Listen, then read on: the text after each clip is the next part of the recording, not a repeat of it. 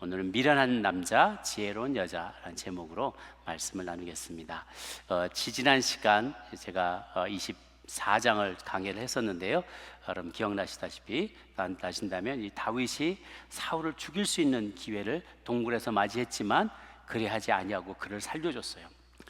하나님께서는 내가 손을 들어 여호와의 기름 부음 받은 내 주를 치는 것은 여호와께서 금하시니다 라고 얘기하면서 압도적인 사랑으로, 그를 대적하는 자였지만 압도적인 사랑으로 그와 맞서면서 선으로 악을 이기는 것을 실제로 시연했고, 그리고 그래서 잠깐이지만 사울의 마음이 녹아져서 악으로 대항하지 아니하고 그의 마음이 그나마 누그러지고 네가 하나님 내 뒤를 이어서 왕이 될 것을 나도 안다라고 고백하게 만들었던 것을 우리가 잘 기억합니다. 이제 25장인데요. 전체를 여러분 성경을 쭉 펼치시면서 따라오시면서 보시면 좋겠어요. 그 일부만 오늘 성경 봉독을 했는데요. 25장 1절에 보면은 사무엘이 죽음에 온 이스라엘 무리가 모여 그를 두고 슬피 울며 라마 집에서 장사했다라고 나옵니다. 사무엘이 드디어 83세의 일기로 주님의 부르심을 받게 되었습니다. 한 시대를 풍미하던 정말 마지막 사사였고 동시에 선지자 역할을 하였던 이 사무엘이 사울도 기름 부어 세웠고 다윗도 기름 부어서 이제 왕이 되게 하도록 그런 모든 준비를 다 마쳤는데 하나님께서 그를 불려가셨어요. 마음 같았더라면 다윗이 왕이 되는 것까지도 보고 죽었으면 더 좋았을 터인데, 우리 모두에게 할당된 하나님이 만들어 놓으신 리미테이션, 제한이 있어요. 우리의 타임라인이 있어요. 다 그 시간에 어떠한 세대에 어떠한 역할을 위해서 하나님은 우리에게 다 미션을 주십니다. 그래서 그 미션을 감당할 때까지 이 땅에서의 삶을 허락하여 주시는 거예요. 그래서 내가 아니면 안 된다라는 생각은 내려놓아야만 합니다. 사무엘은 어떻게 보면 우리 시대 정말 빌리 그레이엄 목사님 같은 그런 위대한 영적인 지도자였어요. 그렇지만 그에게도 때가 있었다는 것이죠. 사명이 다 완성될 때까지 하나님이 곳에 두셨지만, 선지자는 죽었지만 그가 남긴 예언의 말씀과 하나님의 계획은 한치도 오차 없이 이루어져 갑니다. 누군가는 씨앗을 뿌리고 누군가는 물을 주고 누군가는 잡초를 뽑아내고 그런 일들을 다 하지만 그것을 자라나게 하는 분은 여호와 하나님이신 줄로 믿습니다. 그래서 제가 얼마 전에 읽은 책의 내용에 그런 게 있더라고요. 죽음이란 오늘 내가 한 일을 내일 다른 사람이 하는 일이다 하는 것이다. 오늘 내가 하는 일을 다른 사람이 하게 되는 거라는 거예요. 죽음이란 누군가 내 서랍을 열어보는 일이다. 내가 나만 쓰는 것들이 있는데 내가 사라지고 누군가 내 서랍을 정리하게 되는 거라는 거예요. 죽음이란 오늘 내가 떠나간 일터, 내가 출근하면서 떠나왔던 그 집으로 다시 돌아오지 못하는 것이다. 그래서 우리 일상의 일들이지만 그것을 굉장히 실감나게 표현한 것 같아요. 오늘 내가 하는 일은 내가 영영 할 일이 아니에요. 언젠가는 누군가가 이 일을 다시 하게 될 거라는 거죠. 그러니까 내가 아니면 안 돼라고 집착하거나 고집 부리지 않고 언제나 다음 세대를, 다음번을 생각을 해야 되는 것이죠. 선지자는 죽더라도 그의 남긴 예언과 하나님의 계획은 오차없이 계속해서 이루어질 것입니다. 이어서 오늘 두 명의 새로운 주인공이 등장을 합니다. 다윗을 중심으로 쭉 이야기가 전개되어 오다가 두 명의 새로운 주인공이 나타나게 되는데요. 나발 부부입니다. 갈멜이라는 지역에 사는 사람인데요. 갈멜 산이 아니라 또 다른 갈멜 지역이에요. 마온 광야 근처에 있는 동네인데요. 이 갈멜에 나발이라는 사람이 살았어요. 이 나발은 바보라는 뜻이에요. 멍청한 사람, 나발. 그래서 아마도 부모가 이렇게 지어주지는 않았을 거예요. 아이고 우리 멍청아, 이렇게 애칭으로는 부를 수 있었겠지만 낳은 애, 멀쩡한 애에다가 이 바보 멍청이 같은 애라고 그 이름을 붙이지는 않았을 거예요. 그런데 워낙에 멍청한 짓을 많이 했기 때문에 그 사람만 모르고 남들은 다 아는 이름이 나발이었을 거예요. 그 앞에서는 얘기하지 않았겠죠. 근데 뒤에서 나발이 그랬대. 역시 나발이 나발한다. 그러면서 자기들끼리 막 별명을 불렀던 게 그 이름이 나발이다, 바보다라고 했어요. 그는 완고하고 행실이 악했다고 합니다. 그런데 엄청난 떼부자였어요. 그 양이 3,000마리, 염소가 1,000마리, 오늘날 같으면야 그 사람 스탁이 얼마고 집이 몇만 불짜리고 막 땅이 얼마나 있고 비트코인이 얼마나 갖고 있고 막 이런 걸로 그 사람의 밸류 가치를 따진다면, 그 옛날에는 양 몇 마리, 염소 몇 마리, 소 몇 마리, 이게 이 부의 기준이었던 거예요. 양 3,000마리, 염소 1,000마리면 욥만큼은 아니었지만 그 대부호인 거예요. 엄청나게 잘 사는 사람이죠. 그런데 그는 참 완악한 사람이었다라고 해요. 그의 이름은 나발이라. 남자는 완고하고 행실이 악한 사람이었다라고 3절에 나와 있어요. 그런데 참 신기하고 어떻게 그렇게 같이 살게 됐는지, 이런 완고하고 행실이 악한 사람의 아내 아비가일은 참으로 총명하고 용모가 아름다웠다라 그래요.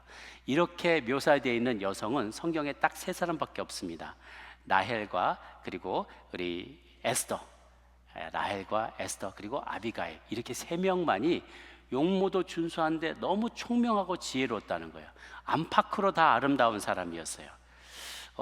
이런 아비가일이 어떻게 나발을 만나게 됐는지는 모르겠지만, 어떻게 보면 그 당시에는 집안끼리 얼굴도 안 보고 결혼하고 정략 결혼하고 다 그냥 중매를 하고 이런 경우들이 많이 있어서 어쩌면 그를 모르고 부모들이 그냥 짝을 지어줘서 그렇게 만났을 수도 있겠죠. 어떻게 보면 이스라엘판 미녀와 야수와 같은 이런 만남이라고도 할 수 있겠어요. 그런데 이제 양털을 깎는 시즌이 돌아왔다라고 합니다. 다윗이 나발이 자기 양털을 깎는 다음을 광야에서 듣고 소년 10명을 보내서 부탁을 하게 합니다. 무슨 일인가 하면 이 광야에서 목 축업을 하는 사람들 사이에서는 농사 짓는 사람의 추수감사절과 버금가는 행사하는 날이, 그런 기쁜 날이 털 깎는 날이에요. 그동안 열심히 양떼와 염소떼를 키웠는데 이들이 털이 북실북실 나가지고 그걸 쫙 다 깎아내면 이게 아주 큰 돈이 되는 거예요. 돈 되는 날. 그래서 다 깎아가지고 푸짐하게 양털을, 염소털을 많이 쌓아놓으면 먹지 않아도 배부른 거죠. 이게 다 돈이니까. 그래서 그날이 되면 그동안 수고했던 사람들을 다 너무 고생했다고, 양치느라고 고생했다고 목동들도 부르고 그 옆에서 여러 가지 일하는 사람들, 동네 사람들 다 불러다가 잔치를 하는 게 그 당시에 풍습이었다는 거예요. 그런데 이 양떼가 잘 자라고 잃어버리지 않고 그러기까지 손이 참 많이 가요.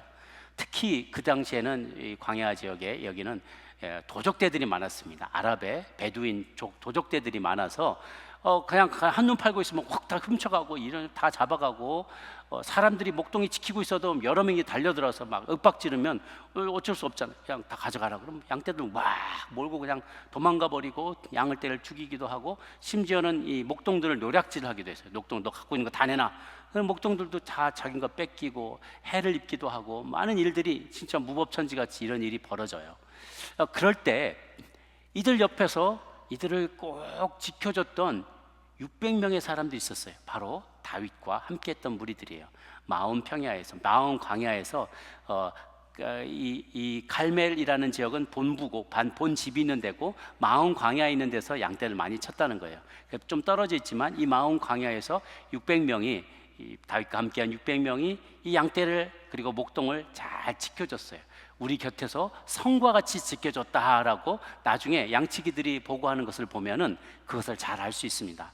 그러니 사실 이 중동 지역의 문화는 이방인일지라도 잘 선대하는 게 중동의 문화예요. 호스피탈리티가 굉장히 발달해 있어요.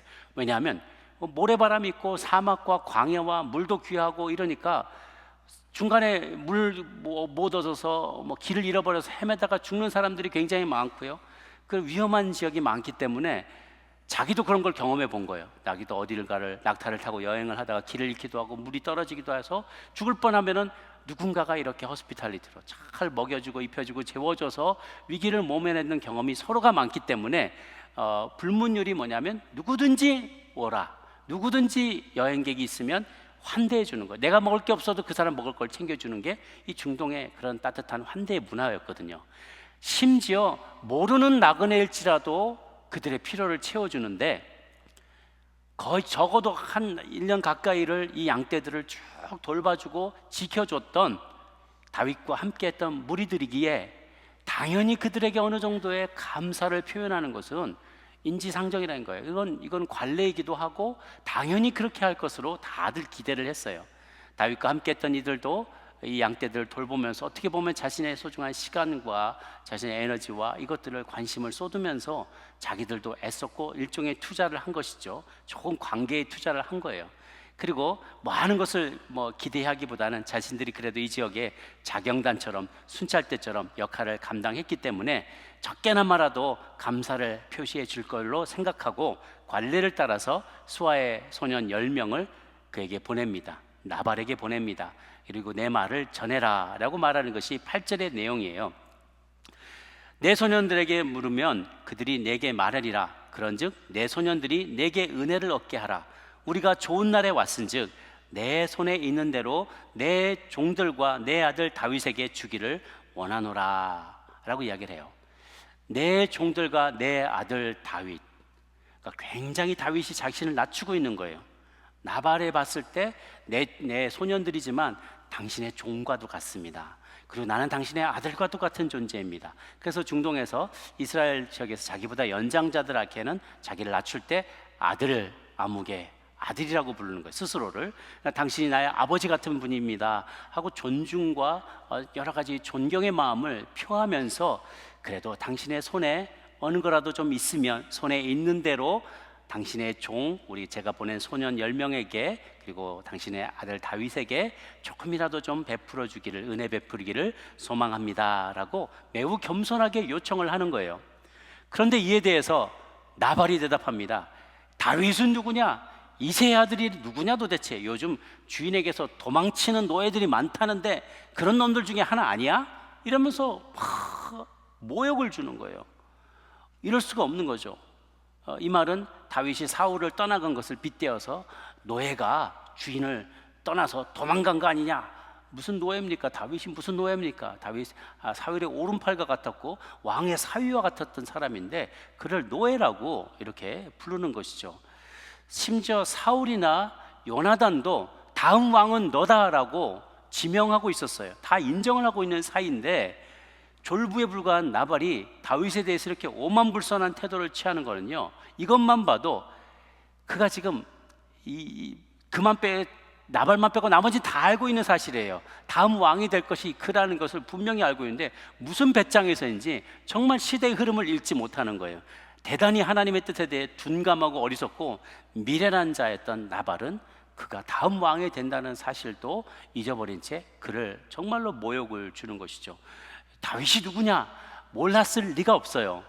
그 광야에 600명이 우우 몰려다니는데 자기가 양떼 염소를 4,000마리나 풀어놓고 있고 매일마다 양떼들을 데리고 들어오는 목동이 있고 그들한테 리포트를 할 거 아니겠습니까? 야, 오늘 좀 별일 없었냐? 양 오늘 그쪽 동네에 한 1,500마리 갔던데 1,000마리 그대로 다 들어왔냐? 그러면 예, 그럼요 주인님. 우리 거기 나갔는데 어제 도적자도 많고 베두인들이 많이 돌아다녔지만 우리 곁에 성같이 다윗의 군대가 지켜줬어요. 우리 참 안전했습니다. 그 친구들 이렇게 요구하는 것도 없고요. 묵묵히 잘 섬겨줘요. 너무 고마운 친구야. 그러면 그런가 보다 하고 귀뚱으로만 듣는 거예요. 다 알고 있는 거죠. 모를 리가 없어요.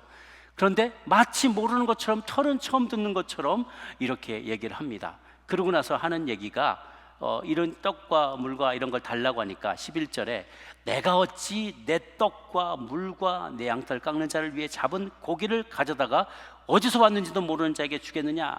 표현해 보면 I, my, me, mine, 이 마인드가 다 들어있어요. 이건 내 거야.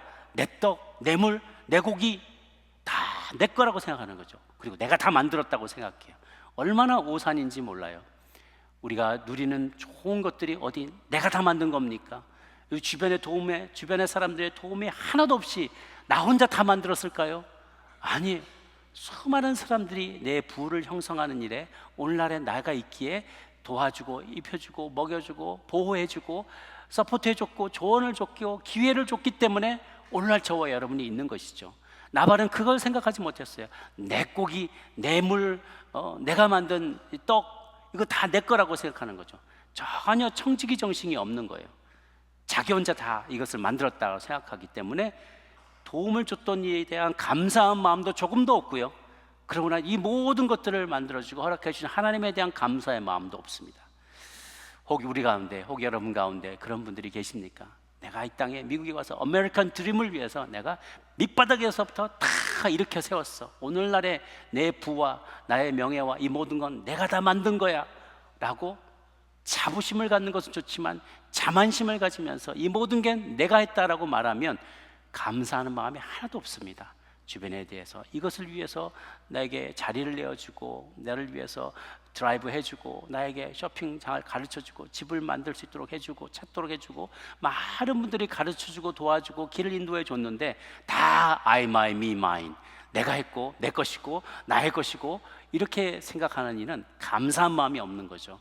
그런 이들은 하나님께도 드릴 것을 생각하지 않습니다. 이 모든 것이 다 내 거라고 생각하니까. 하나님의 것은 하나님께 합당하게 드리시기를 바랍니다. 감사한 이들에게 합당한 감사를 표하시기를 바랍니다. 나발과 같은 사람이 되지 않으시기를 주님의 이름으로 축복합니다. 이렇게 이야기를 할 때 이 소식이 다윗에게 들려졌어요. 부하들이 돌아와서 이렇게 대답하게 합디다. 다윗이 발끈합니다. 뭐라고 하냐면 각기다 칼을 차라. 각기 칼을 차고 자기도 칼을 차고 400명 가량을 데리고 올라가고 200명은 소물 곁에 두었더라. 400명의 군사를 이끌고 흥분해서 올라갑니다. 어떤 마음인가? 내가 가만두지 않겠다, 하나도 남겨두지 않겠다라고 나가는 거예요. 다윗이 공격을 결심한 이유는 그동안 양을 지키기 위해 최선을 다했고 최고의 예를 갖춰서 식량을 요청했는데도 모욕적인 언사로 그를 답했기 때문인 것이죠. 그러나 하나님이 친히 원수가 없는 것을 금하였음에도 불구하고 이 순간 확 돌아버린 거예요. 뚜껑이 열렸어요. 정신이 없는 거예요. 나를 이렇게 모욕하다니 가만둘 수 없다라고 400명하고 칼차고 씩씩거리면서 그 길로 올라가는 것이죠. 이 급박한 상황에 이 소식을 나발의 종들로부터 전해들은 아비가일이 깜짝 놀라며 그들과 대화를 나누고 종들과 그들이 우리 밤낮 담장처럼 우리에게 담이 되어주고 도와줬던 사람입니다. 그런데 우리 주인은 아무리 얘기를 해도 안 들어요 그러면서 17절에 주인은 불량한 사람이라 더불어 말할 수 없나이다. 너무 불량한 사람이어서 아무리 말해도 마이동풍이라는 거예요. 그러니까 당신이 와이프니까 당신이 좀 잘 얘기를 해보십시오.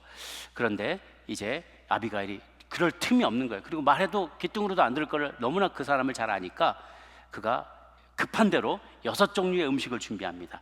떡 200덩어리, 포도주 2가죽 부대, 요리한 양 5마리의 볶음 5마리, 볶음곡식 5세야, 건포도 100송이, 무화과 뭉치 200개. 이걸 나귀에다가 잔뜩 싣고 이제 나가는데 남편에게 말하지 않고 멀리 가는 거예요.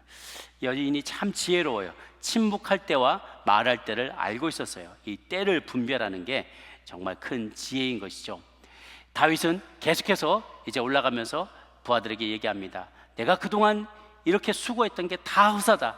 내가 그에게 속한 모든 남자 가운데 한 사람이라도 아침까지 남겨두면 하나님께서 다윗에게 벌을 내리시고 또 내리시기를 원하노라. 분기탱천해서 나아가는 거죠. 그런데 우리가 그동안 그렇게 하나님의 사람으로, 하나님의 마음에 합했던 사람으로, 거룩한 사람으로 여겼었던 다윗, 그를 죽이려고 달려들던 사울조차도 왕으로 리스펙트하고 끝까지 그에 대한 충성을 변치 않았던 그 다윗이 어쩌다가 이렇게 순식간에 나락으로 떨어지게 되는지 우리는 이 모습을 보면서 경각심을 갖게 됩니다. 그렇게 하나님 마음에 합했었지만 순식간에 나락으로 떨어져서 이 분노를 참지 못하고 수하의 종들을 다 죽이겠다고 하는 거예요. 마치 노베 제사장과 그 모든 제사장의 가족들을 사울이 한꺼번에 죽였던 것처럼 그와 같은 똑같은 일을 한다는 거예요.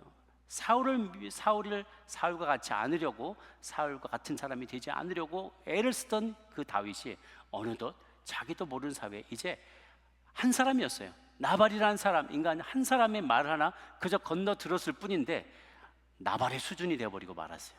나발처럼 어리석은 자가 되어버리고 말았고요. 자기도 모르는 사이에 잔인한 나발과 같이 어리석고 잔인한 사람이 되어버리고 말합니다. 우리 모두의 내면에는 정말 지킬 박사와 하이디에 나오는 그 몬스터 같은 사람이 우리 안에 다 존재하고 있어요. 잠시 방심하면 이것이 튀어나온다는 거예요. 우리 안에 있는 괴물이. 참 우리는 거룩하려고 애쓰지만 순식간에 내 마음을 긁어놓고 분통이 터지게 만들고 이 분노함 때문에 이성을 잃게 만드는 것이죠. 본래 하나님이 주셨던 아름다운 내면과 외면, 하나님의 형상이 있고 정체성이 있는데 외부의 악과 싸우다 보니까 그것을 닮아가는 거예요. 그래서 악과 싸우는 것보다 더, 외부의 악과 싸우는 것보다 더 힘든 게 내 내면에 있는 악과 싸우는 일입니다. 너무너무 힘든 일이에요. 요즘 양궁을 보면서 참 마음을 지키는 게 얼마나 중요한지를 보게 돼요. 때로는 막 벌이 달려들기도 합니다. 관중들이 막 야유하기도 해요. 마감 시간이 척척척척척 다가옵니다. 스코어가 수세에 몰려 있습니다. 그런데도 절대 흥분하지 않고 심박수 70, 80을 유지하는 게 얼마나 힘든 일이겠어요. 얼마나 연습을 많이 했겠어요. 남들은 막 170, 180 흥분해가지고 막 뛰는데 고라니 이까이꺼 그러면서 그냥 편안한 마음에, 우리의 마음이 그래야 돼요. 누가 욕을 하건 누가 나를 모욕을 주던 나를 막 위협을 주건 막 핍박을 하던 상관없이 우리 마음의 평상심을 딱 유지하려면, 정말로 하나님의 마음에 합한 사람이 되려면 늘 내 마음을 다루고 다스리는 법을 배워야 돼요. 아무리 흥분된다 할지라도, 누가 나를 모욕하고 나를 위협하고 많은 일들 한다라도 내 마음의 평안함을 잘 지킬 수만 있어야 합니다. 이때 아비가일이 다윗을 살려줘요. 사실상 다윗을 살려주는 거나 다름이 없어요. 그 앞길을 막아섭니다. 23, 24절을 같이 한번 읽겠습니다. 시작. 아비가일이 다윗을 보고 급히 나귀에서 내려 다윗 앞에 엎드려 그의 얼굴을 땅에 대니라.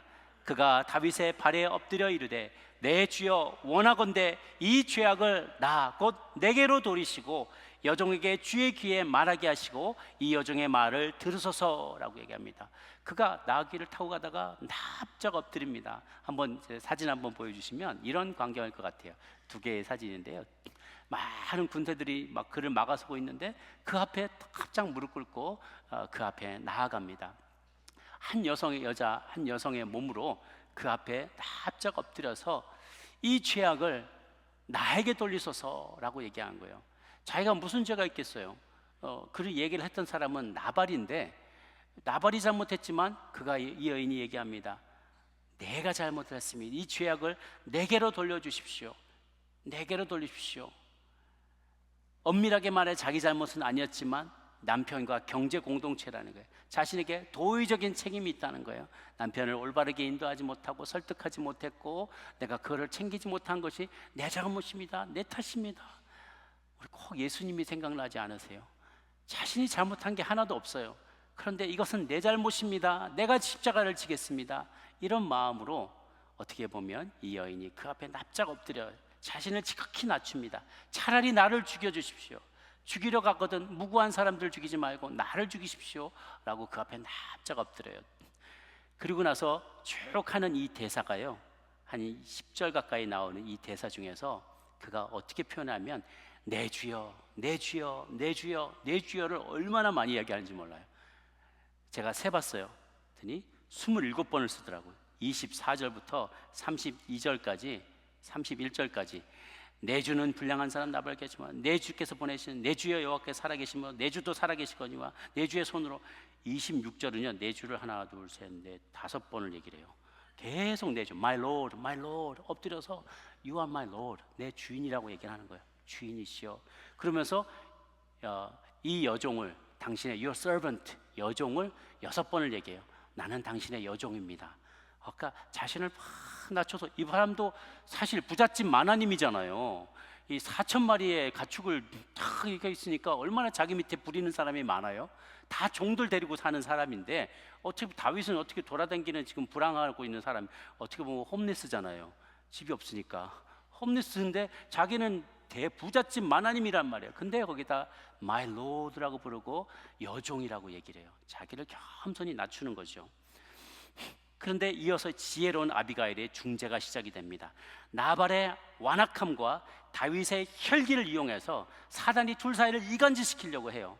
그래서 본래 이 다윗은 하나님께로부터 부름받은 하나님의 그 통일 왕국의 왕으로 세움받을 사람인데, 이때 이 사단의 이간질로 인해서 마음이 흥분하게 되면 나중에 정말 그때 이 나발의 가족들과 모든 남성들과 거기 일하는 종들, 무고한 사람들을 다 몇백 명을 죽이고 났더라면 나중에 왕이 될 때 신앙적으로, 도의적으로, 정치적으로 얼마나 부담이 되고 또 얼마나 그게 후회가 되겠어요. 여러분, 다윗이 어디 싸우러 나갈 때요, 꼭 하나님께 여쭤봤잖아요. 그죠? 하나님, 나 갈까요 말까요? 할까요 말까요? 싸울까요 말까요? 항상 여쭤봤어요. 근데 이거는 하나님 당연히 가지 말라고 할 거니까 물어보지도 않아요. 자기가 흥분해서 분노하니까 하나님 보고 아무것도 없는 거예요. 하나님 그걸 원치 않으시는데, 이런 위기적인 상황에, 곤란한 상황을 맞을 수 있는 위기를 아비가일이 막아준 거예요. 얼마나 고마운지요. 25절에 보면, 25절을 보니까 원하옵나니 내주는 이 불량한 사람 나발을 개의치 마십시오. 이 사람 쓸모없는 사람, 벨리알의 아들과 같은 사람입니다. 불량한 사람의, 이 사람의 말을 듣지 마십시오. 개의치 마십시오. 26절에 내 주여 여호와께서 살아계신 맹세하는 내 주도 살아계시나 내 주의 손으로 피를 흘려 친히 보복하시는 일을 여호와께서 막으셨습니다. 저로 하여금 당신을 만나게 해서 내 주여 당신이 손으로 직접 피해 보복을 하는 것을 막아주셨습니다 라고 이야기를 하는 거예요. 이게 참 하나님이 감사한 일입니다. 이렇게 나를 만나게 하셔서 불필요하게 피 흘리는 상황을 막아주셨습니다. 당신을 해하려는 자나 악한 자는 다 나발같이 되기를 원합니다 라고 그가 얘기를 해요. 그리고 참 27절에 지혜로운 말을 합니다. 여종이 내 주께 가져온 이 예물을 주 따르는 소년들에게 주게 하옵소서라고 얘기해요. 이 예물을 소년께, 이 예물을 주님 앞에 주께 드립니다라고 말하는데, 이 뇌물을 받아주소서라고 얘기하지 않았어요. 그러니까 막 이 사실은 떡을 못 먹어서 막 흥분해서 달려온 거잖아요. 그러니까 어떻게 보면 아유 이거나 먹고 떨어지세요라고 느낄 수도 있어요. 그렇죠? 마치 뇌물 주듯이 아유 그냥 뭐 아유 배고파서 그런 것 같은데 좀 가져왔으니까 이제 됐죠? 가세요 이제. 이렇게 이런 자존심 상하고 이런 얘기 들으면 다윗이 칼 들고 왔다가 굉장히 찌질한 사람이 돼버리잖아요. 못난이가 돼버리잖아요. 그런데 뇌물 받고 떨어져라고 아니라 이 예물을 가지고 왔습니다. 충분히 그를 또 높이는 거예요. 당신의 예물은 존귀한 사람에게 무릎 꿇고 송축하며 축복하며 올려드리는 거잖아요. 그게 꼭 필요해서 드리는 게 아니라 나의 존경을 표현해서 드리는 게 예물이에요. 우리가 성전에서 하나님 앞에 예물 드릴 때 하나님이 춥고 배고프셔서 불쌍해서 드리는 게 아니잖아요. 우리의 감사의 마음과 하나님께 영광을 돌려드리고 그걸 표현하기 위해서 예물로 올려드리는 거죠. 다윗에게도 당신 이거 뇌물입니다 먹고 떨어지세요가 아니라 당신을 내가 존중하기 때문에 이렇게 참 귀하게 구별하여서 또 올려드립니다라고 참 그의 면을 세워주면서 그를 예물이란 단어를 써서 하는 걸 보세요. 얼마나 단어 하나를 예쁘게 선택을 하는지를 잘 보시라는 거예요. 그러면서 그 전에 나발이 다윗의 소년들을 모독하면서 어디서 거지 같은 것들이 와가지고 노예들이 도망다니는 노예들이 많다는데 내가 왜 그걸 너한테 주냐 하고 면박을 주고 그렇게 모욕을 줬던 것을 완전히 뒤집어 놓는 거예요. 내가 예물을 드립니다 라면서 얼마나 다윗의 마음이 그 순간 다 녹아내렸겠어요. 막 분노했던 것이 사그러들기 시작하는 거예요. 그리고 28절에 다시 여종의 허물을 용서해 달라라고 얘기합니다. 여호와가 당신으로 하여금 반드시 든든한 집을 세우실 겁니다. 확신 있게 예언도 하고요. 당신이 싸우는 싸움은 여호와의 싸움입니다. 당신은 여호와의 싸움을 위해서 부름받은 자가 아닙니까? 무슨 말이냐면요, 딱 돌려서 하는 말이야. 당신은 이 거룩한 하나님의 나라를 세우는 명분이 있는 싸움, 중요한 싸움을 위해 부름받은 분입니다. 이런 하찮은 일에 보복을 위해서 당신의 기분을 상하게 한 이들을, 이런 하찮은 이들에게 보복하는 이런 싸움 싸우라고 당신은 부른 게 아니지요 라고 말하면서 그의 신분을 다시 한번 상기시켜줘요. 그의 소명을 다시 한번 상기시켜줘요. 당신은 이런 거 하고 있을 사람이 아니지 않습니까? 자존심을 살려주면서 사실을 딱 적시하는 거예요. 사실적시 사실적시 명예 회복 행위인 거예요, 이것은. 그래서 이런 하찮은 일로 피를 보지 마십시오. 당신의 격에 맞는 일을 하십시오. 그러면서 당신에게는 도덕적인 허물을 찾아볼 수 없을 것입니다. 그러면 도덕적으로도 완전 무결한 사람이 될 겁니다. 그리고 29절에 당신의 생명은 여호와께서 생명싸개 속에 쌓아서 보호하여 주실 것이요 당신의 원수는 물맷돌처럼 슉 던지면 멀리 날아가면 내쳐지잖아요. 당신은 잘 쌓아주실 것이고 원수는 멀리 내쳐지게 될 것입니다 라고 얘기를 합니다.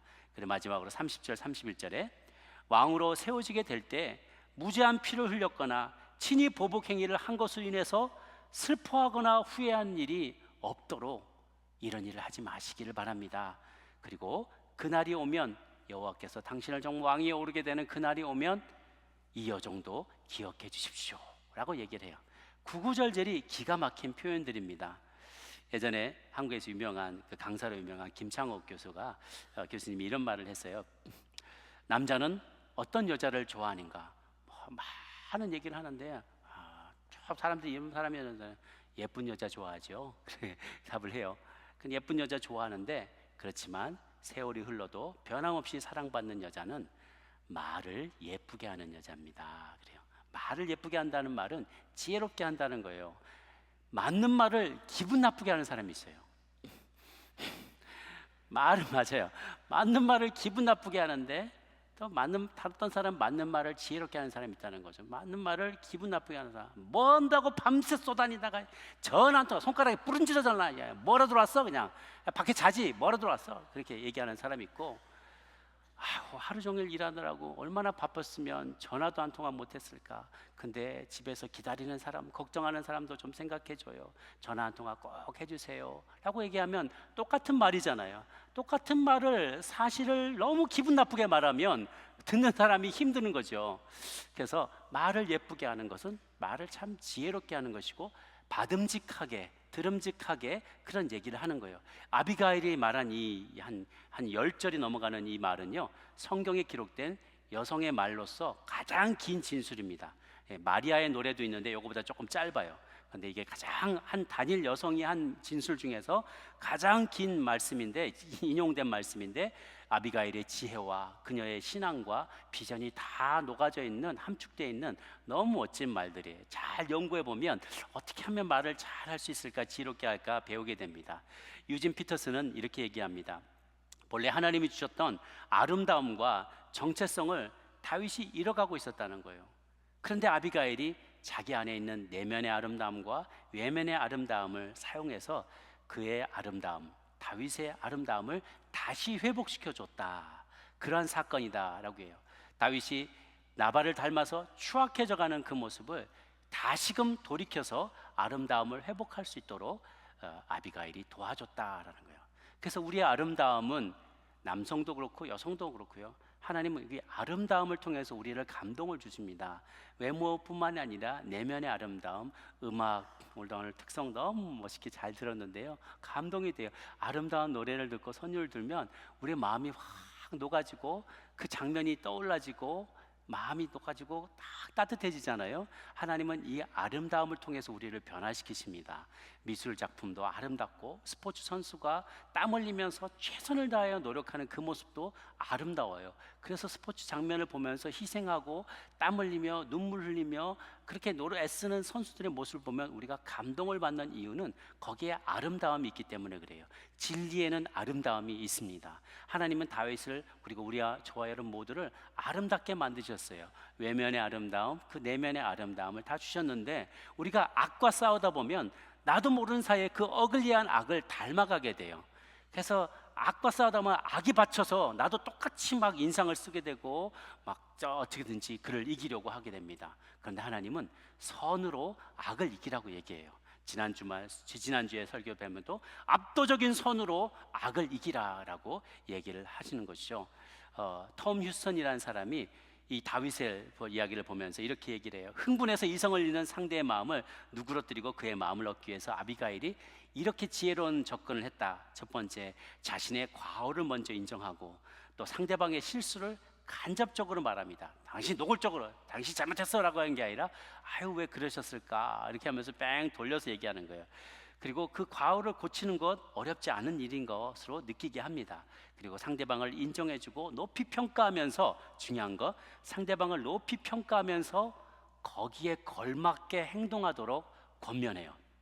다시요. 상대방을 굉장히 높은 그의 높은 신분, 고귀한 신분을 리마인드 시켜주면서, 그러니까 그거에 맞게 걸맞게 행동하셔야 되지 않겠습니까? 라고 짐짓 이야기하는 거죠.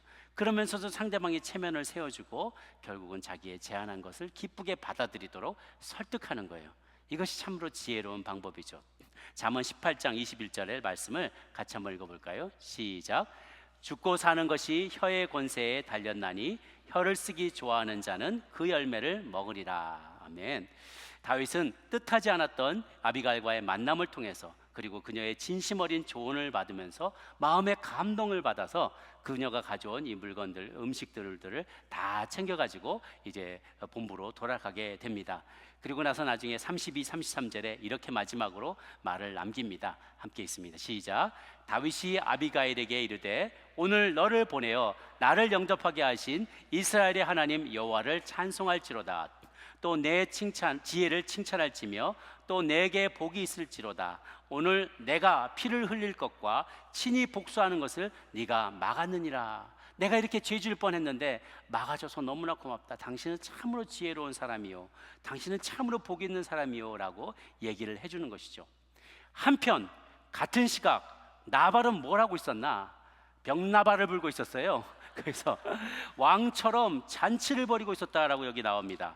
자기가 지금 무슨 운명을 당할 뻔했었는지도 모른 채 36절 아비가일이 나발에게로 돌아오니 그가 왕의 잔치와 같은 잔치로 그의 집에 배설하고 크게 취하여 마음이 기뻐함으로 아비가일이 아침까지 아무 말도 하지 않고 있었다.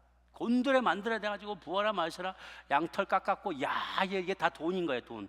그러니까 막 엄청 부자가 된 게 기분이 좋으니까 막 포금 마셨는데, 까딱했으면 자기 목 날아갈 뻔했던 거를 아내가 막아줬는데 그것도 모르고 그냥 팍 자르. 거기다 대고 뭐 얘기해봐요. 그리고 뭐 대답도 안 하고 뭔 말인지 모르겠죠.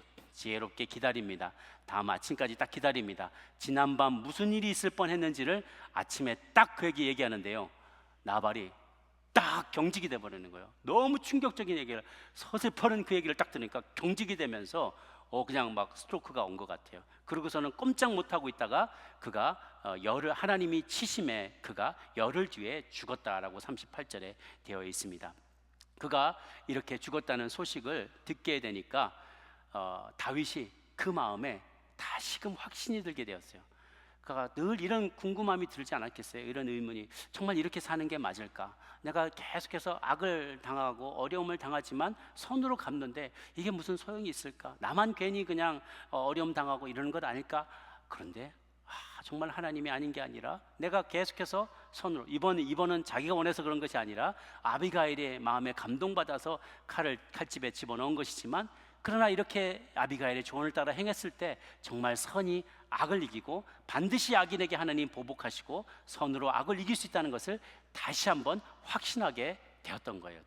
사랑하는 여러분, 여러분들도 생활하시다 보면 일터에서 또 마켓에서 또 가정에서, 학교에서 혹은 교회에서도 우리가 어떤 일을 할 때 굉장히 나를 대적하는 사람이 있을 수 있어요. 나하고 큰 척을 지고 항상 내가 하는 것마다 비판하고 나를 때로는 음해하기도 하고 억울한 일을 당하게 하는 사람을 볼 때 다윗과 같은 원리가 우리 가운데 필요해요. 그것을 믿고 신뢰해야만 해요.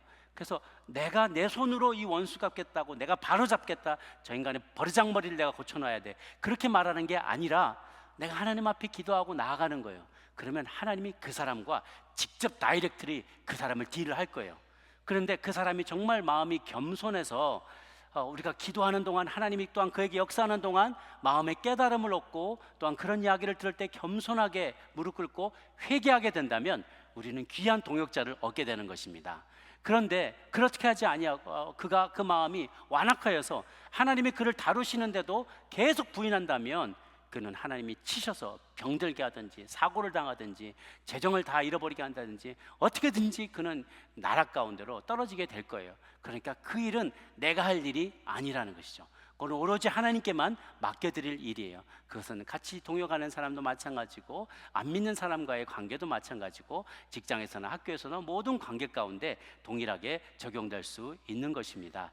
사랑하는 여러분, 이렇게 다윗은 놀라운 지혜를 발휘한 아비가일을 기쁘게 여겨서 그녀를 자신의 아내로 나중에 삼게 됩니다. 잠언의 말씀이 정말 그대로 이루어지는 것을 봐요. 잠언 14장 1절 말씀을 같이 한 목소리 읽겠습니다. 시작. 여인은 자기 집을 세우되 미련한 여인은 자기 손으로 그것을 허느니라. 아멘. 이 아비가일을 통해서 또 이후로도 많은 도움을 받게 됩니다. 사랑하는 여러분, 말씀을 맺습니다. 오늘 본문을 통해서 우리는 인간의 헛된 자존심이 얼마나 쉽게 무너질 수 있는가, 제 아무리 경건한 사람이랄지라도 이 헛된 자존심 한번 상처받으면 이 경건이 무너지는 것은 순간이라는 것이죠. 본래 하나님이 창조하셨던 그 아름다운 모습을 잃어버리는 것은 정말 순간이에요.